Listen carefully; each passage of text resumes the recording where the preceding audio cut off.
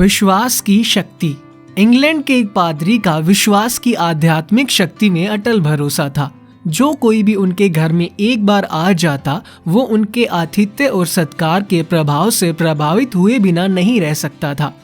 उनके मन में लोगों के लिए अथाह प्रेम भाव था, इसलिए लोग उनका बहुत सम्मान भी करते थे। एक दिन जेल से भागा हुआ चोर रात में शरण लेने के लिए इधर उधर घूम रहा था। उसने देखा कि पादरी के घर का दरवाजा खुला हुआ है, इसलिए वो उस ओर चला गया और पादरी के घर में प्रवेश कर गया। पादरी ने उसे देखते ही उसका अभिवादन किया और उससे कहा, तुम्हारा मेरे इस घर में स्वागत है मेरे भाई, लेकिन तुम ये बताओ तुम कौन हो और यहाँ क्या करने आए हो। इस पर चोर ने सफेद झूठ बोलते हुए कहा, फादर मैं एक मुसाफिर हूँ और रास्ता भटक गया हूँ, सो इधर उधर भटक रहा था और आपके घर का दरवाजा खुला हुआ देखा तो इस ओर चला आया। क्या मुझे सर छिपाने के लिए जगह मिल सकती है? मैं सुबह होते ही यहाँ से चला जाऊंगा।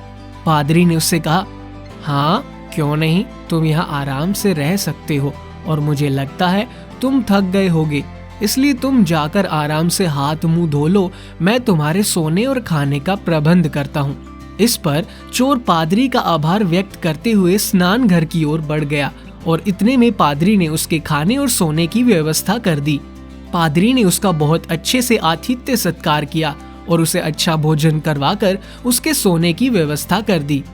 रात को सभी के सो जाने के बाद चोर के मन में चोरी की इच्छा जागृत हुई और उसने पादरी के घर से सोने के 2 दीपदान चुराकर वहां से निकल भागा। रात में पुलिस उसकी तलाश में ही थी, सो वो पुलिस के हत्थे चढ़ गया तो पूछताछ में उसने बताया कि मैंने ये पादरी के घर से चुराए हैं। इस पर उसे पादरी के सामने लाया गया तो पादरी ने पुलिस वालों से कहा, आप कृपया इन्हें छोड़ दीजिए, ये मेरे घर में मेहमान के तौर पर आए थे और मैंने ये दीपदान इन्हें उपहार के तौर पर दिए हैं। इतने में चोर के ज्ञान चक्षु खुल गए और उसे अपनी भूल का एहसास होने लगा।